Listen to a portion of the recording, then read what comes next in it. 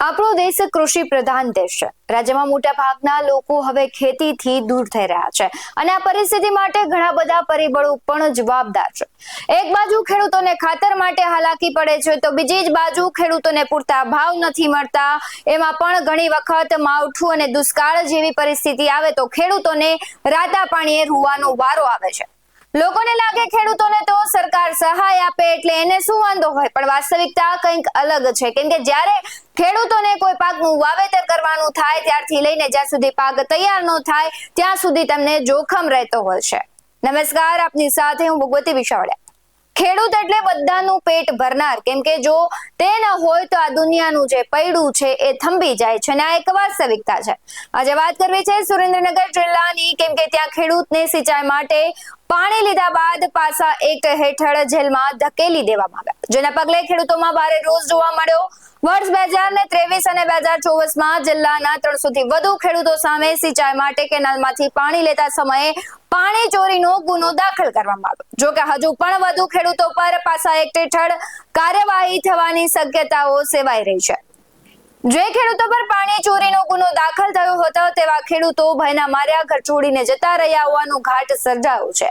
સિંચાઈ માટે પાણી લેતા ખેડૂતો પર પાસા એક્ટથી કાર્યવાહી મામલે ખેડૂત આગેવાન રાજુ કરપડાએ જેલ ભરો આંદોલનની ચીમકી આપી છે। રાજુ કરપડા શું કરી રહ્યા છે, સૌથી પહેલા તે સાંભળીએ। હાલ ખેડૂતો માટે ખૂબ જ માઠા સમાચાર મળી રહ્યા છે। જે ખેડૂતોએ સુરેન્દ્રનગર જિલ્લાની અંદર જે ખેડૂતોએ પોતાનો પાક બચાવવા માટે પાણી લીધેલું હતું એવા ખેડૂતો પર એ વખતના અધિક્ષક ઇજનેર અને એમની ટીમ દ્વારા એવા ખેડૂતો પર પાણી ચોરીના કેસો દાખલ કરવામાં આવેલા। ક્યાંક અમુક કિસ્સામાં ખરેખર ખેડૂત નિર્દોષ હોવા છતાં એ ખેડૂત પર પણ ખોટા કેસો કરવામાં આવેલા। એ વખતના જે કેસ કરનાર ફરિયાદી હતા અધિક્ષક ઇજનેર સહિતની ટીમ, એ લોકો દ્વારા એફિડેવિટ પણ કરી દેવામાં આવેલા કે આ ખેડૂત નિર્દોષ છે, અમારાથી ક્યાંક ભૂલ થઈ છે।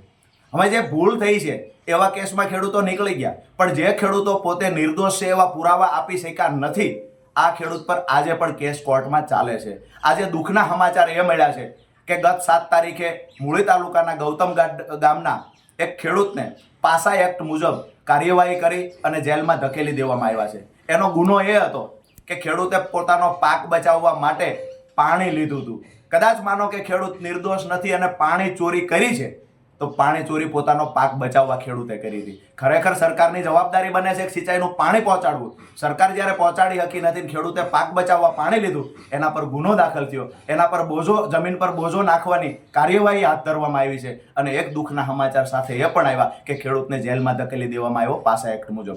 હવે અમને માહિતી મળી છે ગઈકાલે કે બીજા ખેડૂતોની પણ પોલીસ શોધી રહી છે। અનેક ખેડૂતો પર પાસા એક્ટ મુજબ ગુનો દાખલ કરવામાં આવ્યો હોય આ માહિતી અમને મળી રહી છે, પરંતુ અમે પ્રશાસનને કહીએ છીએ કે નિર્દોષ ખેડૂત પર કાર્યવાહી કરવાનું બંધ કરે। ખરેખર આ જે કાર્યવાહી થાય છે ક્યારેય સાખી લેવામાં નહીં આવે। હાલ નગરપાલિકાની સામાન્ય ચૂંટણીઓ ચાલી રહી છે, જેવી 18 તારીખે રિઝલ્ટ આવી જશે ત્યારબાદ ખેડૂતો માટે અમે અવાજ ઉઠાવીશું। સુરેન્દ્રનગર જિલ્લામાં ખેડૂત મહારેલીનું આયોજન કરવામાં આવશે। ગુજરાતના તમામ ખેડૂત આગેવાનો આ મહારેલીમાં ઉપસ્થિત રહે છે। તમામ રાજકીય પાર્ટીના નેતાઓને પણ અમે આમંત્રિત કરીએ છીએ કે ખેડૂતો પર જ્યારે અત્યાચાર થતો હોય ત્યારે તમામ રાજકીય પાર્ટીના નેતાઓની પણ જવાબદારી બને છે ખેડૂતો માટે અવાજ ઉઠાવવો। આવતી 18 તારીખ પછી અમે એક તારીખ નક્કી કરીશું જેમાં મહારેલીનું આયોજન થશે અને સાથે સાથે 50 થી વધારે એવા બુટલેગરો છે જેની પર 5 થી વધારે કેસ છે દારૂ વેચવાના, એના પર કાર્યવાહી પાસા એક્ટ મુજબ નથી થતી। જે ખેડૂતોએ પાક બચાવવા પાણી લીધું એના પર તમે પાસા કરી દીધા। તંત્રને નમ્ર વિનંતી કરીએ છીએ ખેડૂતને બિલકુલ માય કાંગલો નમાલો સમજવાની કોશિશ ન કરે। આવનાર 18 તારીખ પછી ગાંધી ચિંધ્યા માર્ગે મોટી સંખ્યામાં ખેડૂતો મહારેલીનું આયોજન સુરેન્દ્રનગરમાં કરશે અને જરૂર પડશે તો જેલ ભરો આંદોલન પણ કરવામાં આવશે। ખેડૂતને જગતનો તાત કહેવામાં આવે, પરંતુ ખેડૂતો પોતાનો મહામૂલો પાક બચાવવા કેનાલમાંથી સિંચાઈ માટે પાણી લે તો એક ગુનો બનો અને આવા ખેડૂતો વિરુદ્ધ પાસા એક્ટ હેઠળ કાર્યવાહી થવી કેટલી યોગ્ય કહેવાય તે પણ એક સળગતો સવાલ છે।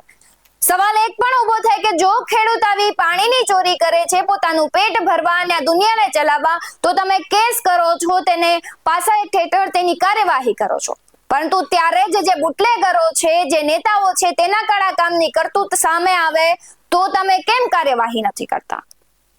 આ મુદ્દે તમારું શું કહેવું છે કમેન્ટ કરી જરૂરથી જણાવજો। આવા જ વધુ અહેવાલો સાથે ફરી મળતા રહીશું। તમે અમારી YouTube ચેનલને સબસ્ક્રાઇબ કરવાનું અને Facebook અને Instagram પર ફોલો કરવાનું ભૂલશો નહીં। બાકી અવનવી અપડેટ્સ મેળવવા માટે આપ જોતા રહો BS9 TV ન્યૂઝ. નમસ્કાર.